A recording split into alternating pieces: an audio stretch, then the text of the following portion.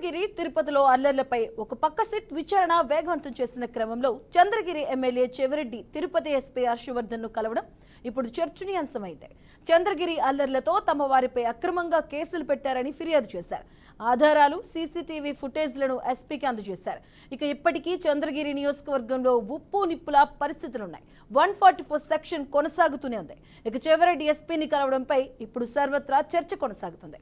చెవిరెడ్డి ఫిర్యాదుతో మరికొన్ని కేసులు నమోదయ్యే అవకాశం కూడా ఉంది. ఇక త్వరలో మరికొన్ని అరెస్టులు జరిగే అవకాశం కూడా కనిపిస్తుంది. ఇక కౌంటింగ్ లోపు మరికొన్ని కీలక అరెస్టులు ఉండే అవకాశం ఉంది.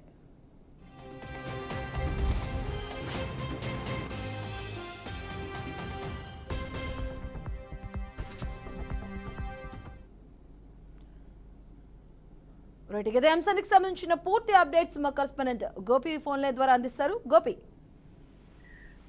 మధు, 13వ తారీఖున ఎన్నికల సమయం రోజు సాయంత్రం 6 గంటల తర్వాత ఏదైతే జరిగాయి చంద్రగిరి నియోజకవర్గంలో కూసివారిపల్లి కావచ్చు, లేదంటే రామిరెడ్డి గారిపల్లి, లేదంటే పలు ప్రాంతాల్లో జరిగిన ఘర్షణలకు సంబంధించి ఇప్పటికే కూడా పోలీసులు కొన్ని కేసులు నమోదు చేయడం జరిగింది. అయితే తాజాగా కాసేపటి క్రితం తిరుపతి ఎస్పీని చంద్రగిరి ఎమ్మెల్యే చెవిరెడ్డి భాస్కర్ రెడ్డి కలవడం జరిగింది.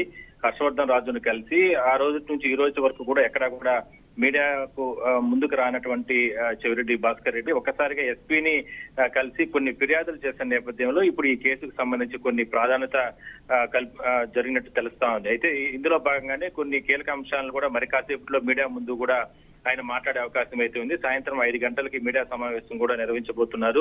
ఆ రోజు కూసివారిపల్లిలో జరిగిన ఘర్షణలు, దాని తర్వాత జరిగిన పరిణామాలు, అతని కొడుకు మోహిత్ రెడ్డి పైన దాడి చేయడం, దాని తర్వాత అక్కడ వాహనాలు ధ్వంసం చేయడం, తగులబెట్టడం, ఆ వైసీపీకి సంబంధించినటువంటి కార్యకర్త ఒక ఇంటిని తగలబెట్టడం జరిగింది. ఈ ఘర్షణలకు సంబంధించి కొన్ని కేసులు నమోదైతే చేయడం జరిగింది. అందులో కూడా కొంతమందికి ప్రమేయం లేకపోయినా వాళ్ళు కూడా కేసులు ఇరికిచ్చారంటూ కూడా ఆయన కొన్ని ఆధారాలు కావచ్చు, లేదా కొన్ని కీలకమైన అంశాలన్నీ కూడా ఎస్పీని కలిసి చెప్పడం జరిగింది. అయితే దానికి సంబంధించి దాని తర్వాత 13వ తారీఖున జరిగినటువంటి పులివర్తి నాని పైన జరిగిన దాడికి సంబంధించిన కొన్ని విషయాల్లో కూడా కొన్ని కేసులు నమోదు చేసిన నేపథ్యంలో వైసీపీకి సంబంధించి సంబంధం లేని వ్యక్తులను కూడా అందులో ఇరికిచ్చారంటూ కూడా ఆయన ఎస్పీకి కలిసి జరిగింది. అదేవిధంగానే కొన్ని ఆధారాలను కూడా సబ్మిట్ చేయడం జరిగింది. అయితే ఒక్కసారిగా గత వారం అంటే 13వ తారీఖు 14వ తారీఖు ఈ 2 రోజులు జరిగిన ఘర్షణలకు సంబంధించి ఇప్పటి వరకు కూడా ఎక్కడా కూడా మీడియా ముందుకు రానటువంటి చెవిరెడ్డి భాస్కర్ రెడ్డి ఒక్కసారిగా మరి కాసేపట్లో 5 గంటలకి మీడియా ముందుకు వచ్చి జరిగిన పరిణామాలు, దాని తర్వాత ప్రజల్లో జరుగుతున్న చర్చ, దీనికి సంబంధించి సిట్ విచారణ, దానికి సంబంధించి సిట్ అధికారులు ఇప్పటికీ చెవిరెడ్డి కుటుంబాన్ని అంటే 1-2 సార్లు అంటే కలిసి వాళ్ళు అంటే ఫిర్యాదులు స్వీకరించిన నేపథ్యంలో దానికి సంబంధించినటువంటి కీలకమైన విషయాలన్నీ కూడా మరి కాసేపట్లో బయటపెట్టే అవకాశం అయితే ఉంటుంది.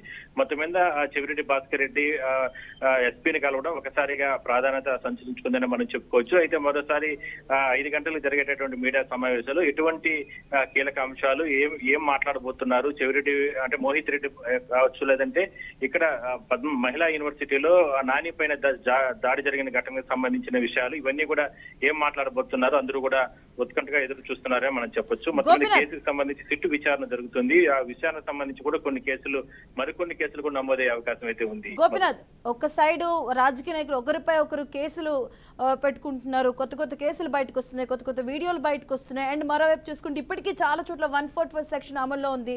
సో జూన్ 4th నాటికి ఈసీ ఎలా సమాయత్తం అవుతుంది? ఎందుకంటే చాలా చోట్ల ఇప్పటికీ 144 సెక్షన్ అమల్లోనే ఉంటుంది. ఆ రోజుకి లా అండ్ ఆర్డర్ సమస్య వచ్చే అవకాశం కూడా చాలా వార్తలు వస్తున్నాయి దీనిపైన. సో ఈ నేపథ్యంలో ఈసీ ఎలా సమాయత్తం అవుతుంది అసలు?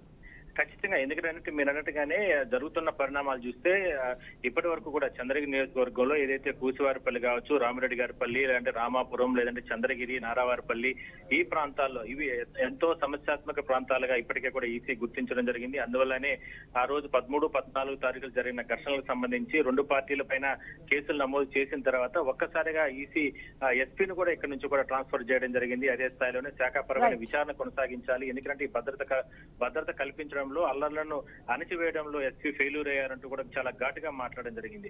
అయితే ఈ జరిగిన తర్వాత కొత్త ఎస్పీగా హర్షవర్ధన్ రాజు వచ్చిన తర్వాత మరికొన్ని చర్యలు తీసుకుని ఏదైతే ఈవీఎంస్ వద్ద కావచ్చు, లేదంటే ఆయా ప్రాంతాలు ఇందాక మనం చెప్పుకున్నట్టున్న కూసివారిపల్లి, నారావారిపల్లి ఈ ప్రాంతాలు ఇప్పటికీ కూడా ప్రతిరోజు కూడా ఉదయం నుంచి రాత్రి వరకు కూడా గస్తీలు కొనసాగుతున్నాయి. Right, thank you Gopinath.